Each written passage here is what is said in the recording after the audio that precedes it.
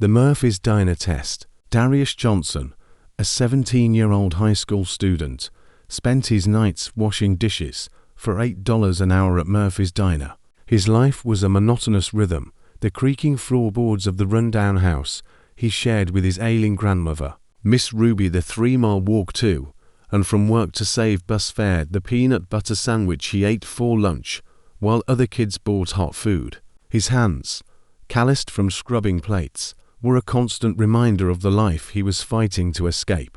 He dreamed of college, of business administration, of helping his community, but the numbers in his college applications felt like a cruel joke.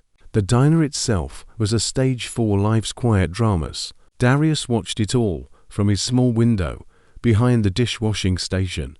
Families celebrating small victories, tired workers grabbing a quick bite, old couples trying to make their meal last. He learned to read people, the man who always left an extra-large tip when the staff looked worn out, the woman who carefully counted her change. These small acts of kindness, he noticed, rippled through the diner, connecting strangers in a way money couldn't. One stormy night, after 3 days of saving every penny to buy a hot meal for himself for the first time, Darius was ready to finally sit down and eat. He had his burger and fries on a tray, a reward for his sacrifice. But as he turned toward a booth, something made him stop. At table 6, an elderly, elegantly dressed couple sat hunched over to cold coffees. The man, Harold, was ramrod straight, but his expensive suit was soaked. The woman, Margaret, nervously dug through her purse, her movements growing more frantic with each search. Finally, she dumped its contents on the table: tissues, lipstick, keys, but no wallet. Darius heard her desperate whisper, "I swear I had it when we left the house." Sandy, the waitress, approached them with a practiced, weary politeness. "Folks, I hate to bother you, but I need to close out this check." The man, Harold, maintained his dignity, but his voice was strained. "We seem to have misplaced our wallet. Perhaps we could leave something as collateral." He pulled out an antique gold pocket watch. Sandy shook her head gently. "I'm so sorry. Mike has a strict no-collateral policy." From the kitchen, Mike, the diner's tough but fair owner, emerged. He was a man of principles, and one of them was that you couldn't run a business on free food, no matter how sad the story. "Look, folks," Mike said, "I'd love to help, but we understand," Harold interrupted, his pride clearly wounded. "Come, Margaret, we'll figure something out." As they rose to leave, Margaret clutched a leather portfolio to her chest. For a fleeting moment, Darius caught a glimpse of what was inside. Official-looking documents with an embossed gold logo he couldn't quite place.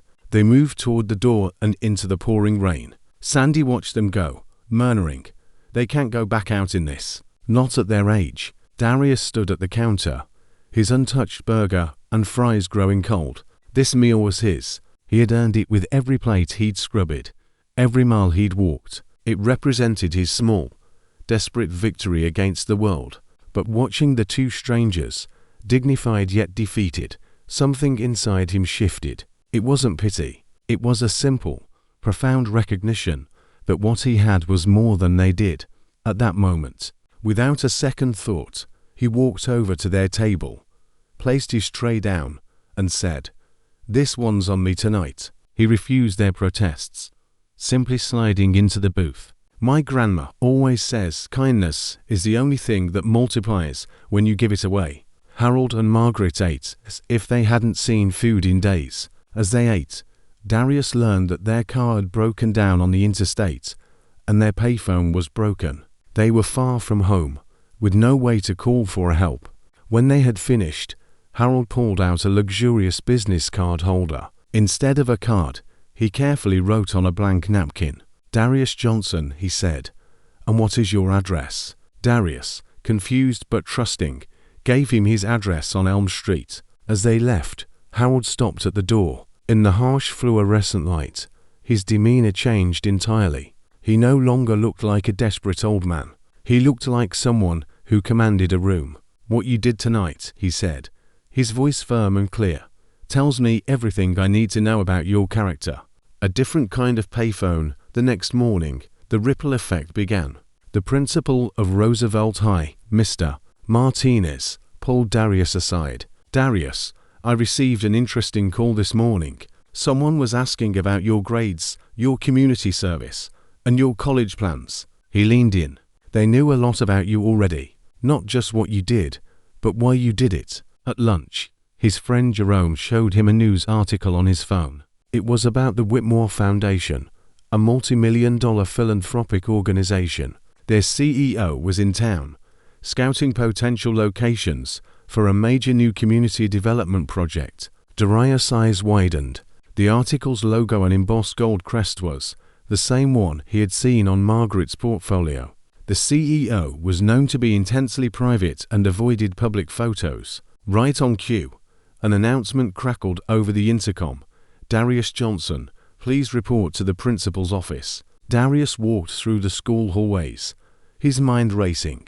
When he stepped into Mr. Martinez's office, he was not met by the principal alone. Harold and Margaret were sitting across from the desk. Harold was impeccably dressed, his suit perfectly dry. His pale blue eyes were as sharp and penetrating as Darius remembered, but now they held a calculated intensity. He wasn't a stranded traveler, he was a power player. "Hello again, son," Harold said, standing to shake Darius's hand. "Harold Whitmore. I'm the CEO of the Whitmore Foundation. My wife and I wanted to meet the young man who bought dinner to strangers last night." Darius's mind reeled. "You were testing me," he said, the realization hitting him like a physical blow. The broken down car, the lost wallet, it was all fake. "We created a scenario," Harold corrected gently. "The experience was real. We needed to see how you would respond when you thought no one was looking, when there was nothing in it for you." Margaret opened the leather portfolio that had been clutched to her chest. It was filled with blueprints. "We've been scouting this community for 6 months. We've talked to your teachers, your neighbors, everyone. They all told us the same thing. You are a natural leader. You see what a place could be, not just what it is." Harold slid a document across the table. "We're proposing to build a new community center on the site of the old Riverside Mall. The center will provide job training, a medical clinic, and educational programs. And we want you to be the director." Darius's head swam. "Me? I'm just a kid who washes dishes." "What you did last night proved you're not," Margaret said. "You demonstrated pure, unselfish character, a quality rarer than diamonds and more valuable than gold." The deal they presented was staggering. A full scholarship to any university he chose, with an internship at the Foundation's other centers during the summer. After graduation, he would return as the assistant director of the new center for 2 years, and then, if all went well, become the director. The new building would even be named after him, the Darius Johnson Community Development Center. Harold's final words were the most impactful. "The money and the title are tools, Darius. This isn't about personal gain. The moment this becomes about ego instead of service, it stops working. But we have a feeling that's not something you'll ever have to worry about." The dividends of kindness 18 months later, where the dilapidated Riverside Mall once stood, a glass and steel beacon of hope had risen.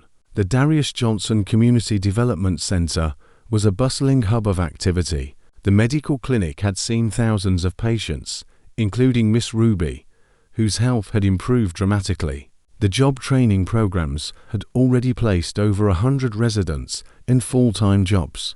One evening, Darius, now 20 and the official director, was reviewing applications in his office. There was a knock on the door. It was Sandy from Murphy's Diner, looking nervous. "Darius," she said, "I'm so sorry to bother you, but there's a family at the diner. Their car broke down and they can't pay for their meal." Darius smiled, closed his laptop, and grabbed his keys. The diner was just as he remembered it, but the corner booth was now occupied by a young Hispanic couple and their 2 children. They were visibly distressed. He walked up to their table with 2 fresh meals from the counter. "This one's on me tonight," he said. As they ate, he listened to their story of struggle and hope.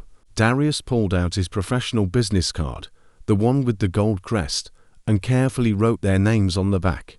"Come see me at the center tomorrow," he said. We can't promise anything, but we're always looking for good people. As he walked home that night, passing the magnificent building that bore his name, Darius knew he had not just transformed a neighborhood, he had transformed the very idea of what was possible. The initial test from Harold Whitmore was just the beginning. The real test, he realized, was one he would face every day: the constant choice to extend a hand, to offer kindness, and to trust that the simple act of doing the right thing would always be the greatest investment of all.